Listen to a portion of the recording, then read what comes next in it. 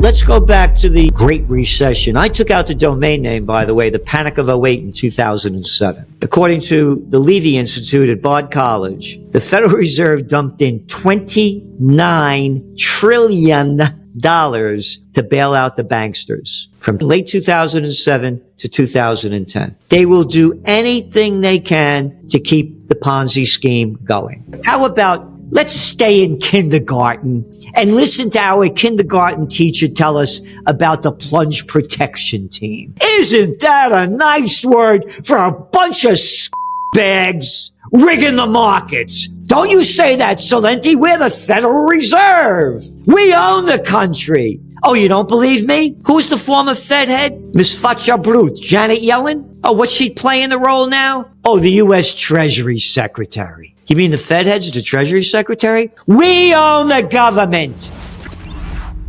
All you people are nothing more than plantation workers of Slavelandia. We are the robber barons. We pay little pieces of Bill Clinton $300,000 an hour, the Goldman Sachs gang, to hear him BS for free. Oh, you mean the Bill Clinton that did away with the Glass-Steagall Act? The Bill Clinton that gave us the Federal Communications Act, that did away with the communication laws that allowed 6 countries to own 92% of all the media? One slimy thing after another. The bigs own America. Look at what they call a campaign in a democracy. Look at all the money coming from the billionaires to their favorite candidate. You got no money, you can't run. Oh, this is the America that kills people all over the world in the name of freedom and democracy when they rob it from us in front of our eyes. They own everything. There's going to be another off with their heads 2.0 at some point. Pope Francis tells U.S. Catholics to choose a lesser of two evils in coming election. Not voting is ugly. It's not good. You must vote. You must choose the lesser evil. Who is the lesser evil? That lady or that gentleman? I don't know. Whether it is one who is chasing away migrants or one who kills children, both are against life, but you must choose the lesser evil. Okay. Regardless of which one you want to... Hey, how about the greater of two goods? A lesser of an evil? That's like saying almost pregnant. There's no such thing as a lesser of evil. Evil is evil. Hey, Pope, what Christ are you talking about? Would Christ say, vote for a lesser of evil? That's how low it's gone. That's why I'm mentioning it to you. They're asking us to vote for a lesser evil and saying you must do that. I'm not going to vote for a lesser of two evils. I haven't voted for a presidential candidate since Ron Paul. They're both murderers and thieves. By their deeds you shall know them. I was the assistant to the Secretary of the New York State Senate. I worked on major political campaigns in Westchester County in the 1970s. I designed and instructed a course in American politics and campaign technology, how to run political campaigns, and I taught it at St. John's University. I have a picture of me when I picked up Ronald Reagan at the Chicago Hilton when I was 30 years old, 1976. 2 days before he's running against Gerald Ford, putting on a brunch for him and 16 of our board of directors. I was the Prince of Norway, did a gig with the guy Major when the Prime Minister of the UK. I know what the system looks like. When I quit my job at the Senate, nobody could believe it. I said, I'm not going to do this. I'm not going to suck my way up to the top. That's all it is. It's the most low-life pieces of garbage you can imagine. The only ones worse than that are the bureaucrats. That's the other people that can't get a job in the real world that suck into the political system. And then they become the most arrogant. Sure. That's what's running the country. They've robbed us of what our founding fathers fought for. Life, liberty, and the pursuit of happiness. Happiness? Dirty word anymore. Not allowed to be happy. Get back in your house. Close down your business. Stand 6 feet apart. I'll tell you what to do. The wind blows exactly in straight lines. Every 6 feet. Doesn't go up, doesn't go down. And when you get on that airplane, you better put that mask on. But when you're eating and drinking, you take it off because COVID knows when you're eating and drinking. All right. When I was a kid, they had us hiding under a desk in case an atom bomb went off. Like that was going to make a difference. And then I'm in high school, they had us standing against the wall like this. And then they'd say, if you see a flash, don't look at it. If I see a flash, I'll be dead in a second. These are the morons when you talk about leadership. They're arrogant little nobodies. And if you call them out man to man, as we'd say in the Bronx, they wouldn't know whether to piss. Oh, don't talk to me like that. No, you don't tell me what to do. Don't you talk to me like that. All right? They're little gutless nothings. And the people have to stand up for their freedom. And that's why I launched Occupy Peace. And if you ask me, the only way this could change is with a renaissance. I have peace rallies every year. I do as much as I can. The magazine, we put the facts in there and try to help people see their way to the future. And we provide, we say this is what's being reported. This is our analysis and this is our forecast.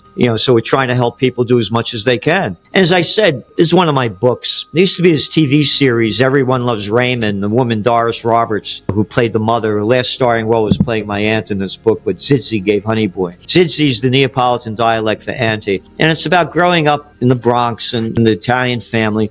But you can't really see this, but this is a picture of my parents' wedding, 1934. My father worked in a fish store. They were laborers. Women worked in factories. The way they were dressed, the dignity. You go back to the 30s, the height of the Great Depression. Listen to the music of swing time. People sing about not having any money, but really feeling great. They built up the spirit of the people. And now it's one bad rap. Look what the people look like.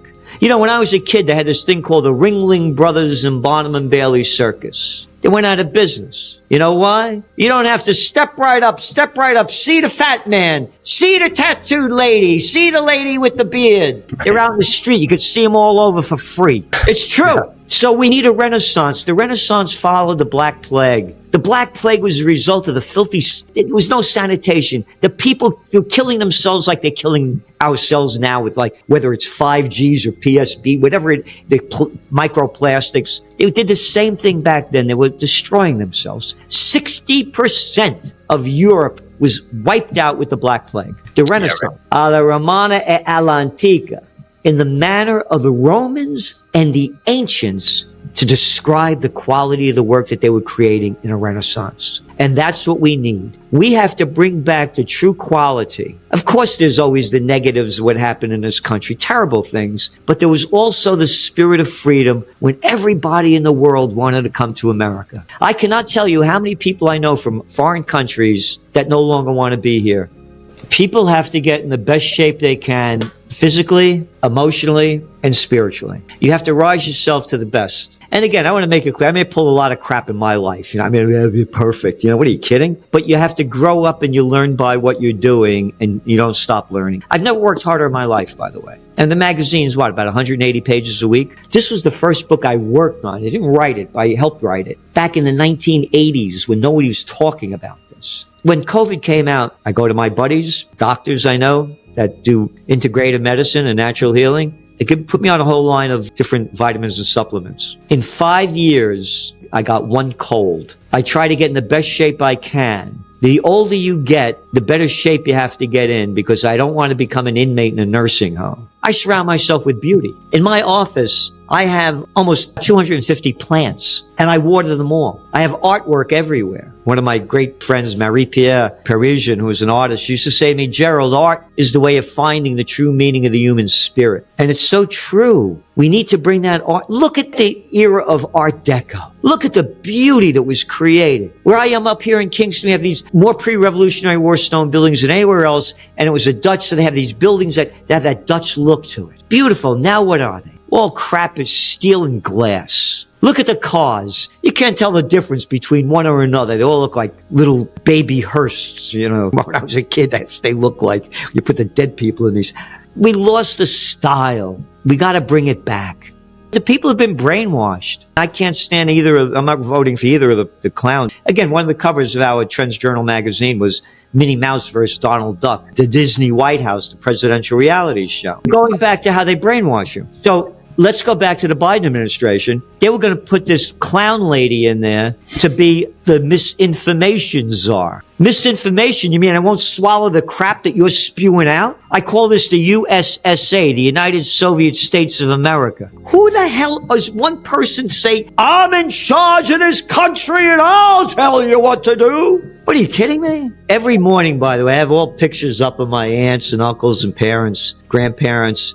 I grind espresso by hand because when you put beans in a blender, it burns them. It comes out nice and smooth when you grind it by hand. I put a little bit of anisette in there. And every day I thank them for everything that they gave me. They gave me love and the understanding you're on your own. You're going to make it on your own. You become the best that you could become. One of my tenants, I have 3 of the most historic buildings in America, the only place with pre-Revolutionary War stone buildings on each corner. The 1763 Dr. Jensen House. I used to rent it out to Warren Buffett's son, the Novo Foundation. Never a penny did he give us for our peace movement. Not a penny. Could you imagine if the billionaires gave which is chump change to put all the billionaires together, if they gave $1 billion to the peace movement? We'd have peace tomorrow. But they're very much smarter than I am, because when they die, they're going to build these huge caskets and take all that money with them. Look how the Berlin Wall came down. People went there and they didn't leave. More people came. They didn't leave. Day after day, week after week after week, they didn't leave, and more came until they outnumbered these little guys in their costumes to carry guns. The guns went down, the wall went down. One of my sayings is, when all else fails, they take you to war. I just read to you what happened that's in history today, with FDR seizing all Japanese assets in 1941, and the Dutch and the British cutting off 3/4 of their trade and 88% of their oil when they import 100%. What preceded that? What was going on back then? Oh, the Great Depression. What preceded the War on Terror? Oh, the dot-com bust. Now let's go back to the Israel war. When Netanyahu got back into office at the end of, it was December 2022, we started writing, not using our language, but what the media was calling the extreme right-wing government of Israel. He went on to try to push through his Judicial Reform Act, which basically said, yeah, I'm going to be brought up on charges, but I'm going to pass this act that's not going to make that happen, because the judges aren't going to have the power the politicians are.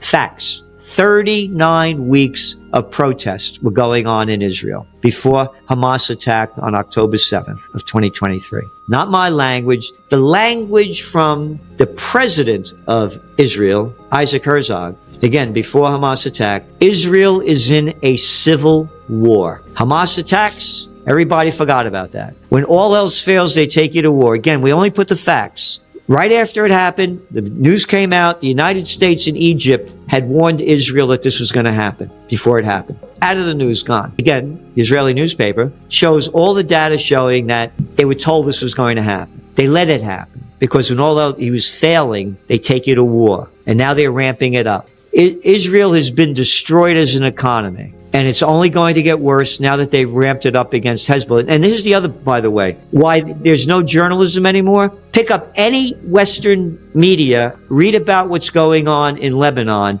and all they call Hezbollah are, quote, militants. What do you mean militants? You mean the people, the Lebanese that fought Israel and threw them out in 2006 after they had invaded and were there for how many years? Oh, they're militants for throwing them out? Oh, and the people in the West Bank that resist getting more of their land stolen and being punished, they're terrorists. So if somebody breaks into my house and they got a gun and I shoot them, why, I'm the terrorist. This is illegal under the Geneva Convention and Article 242 of the United Nations, all this land being stolen in the name of settlements. And then you go, again, look at the data. I think it's like 80 or 60, 90 countries out of 196 call Hezbollah a terrorist or a militant organization. The rest of the world doesn't. It's only the West and its friends. This is part of a speech of George Washington's farewell address. Now, unlike these little arrogant boys like the Clintons and the Bushes and the Obamas and the Bidens and the Trumps, this is a real man that fought. It is our true policy to steer clear of permanent alliances with any portion of the foreign world. Observe good faith and justice toward all nations. Cultivate peace and harmony with all. The nation which indulges toward another an habitual hatred or an habitual fondness is in some degree a slave. It is a slave to its animosity or to its affection, either of which is sufficient to lead it astray from its duties and its interests. A passionate attachment of one nation for another produces a variety of evils. All right? And he goes on to say, this stuff's been going on. This is not our business. Our only business is protecting America. And that's the Occupy peace. Close, what, you got 900 bases overseas in about 80 countries, 90 countries? Close all the bases. Bring home the troops. Secure the homeland. You want to go to war? Let the people vote. And anybody that votes for war, you go to war. If you go YouTube, put in Zizzy and Honey Boy, You can see 15 minutes of the movie. Okay. The movie opens up. I used to be on Oprah. I was on Oprah twice. I used to be on all the time on CNN, Good Morning America, The Today Show. Fox used to send up the trucks with the satellites, and CBS. I was on everybody. When USA Today was a big newspaper, they used to put my top trends every year. And the one that came out in December of 2000 was headline in USA Today. 2001 won't be our year, Trendseer says. And I warned that a wave of anti-Americanism was sweeping the globe and Americans wouldn't be safe at home or abroad. So now 9/11 happened. Listen to Madeleine Albright when she's on Leslie Stahl on 60 Minutes says, is the price of 500,000 Iraqi children dead under the age of 5 worth it what Bill Clinton did to Iraq? And she said, yes, it is. Anyway, when I said the United States would lose the Afghan war and the Iraq war, I got blacklisted from the media. And I got back in the media when I came out with the Panic of '08. But I was blacklisted for coming out against war. Again, you can see the movie. It's only 15 minutes. That's again, Doris Roberts, who played my aunt, died 15 minutes into the movie. But it was all about me being blacklisted. I used to be in the news all the time. So I got totally blacklisted because I was for peace.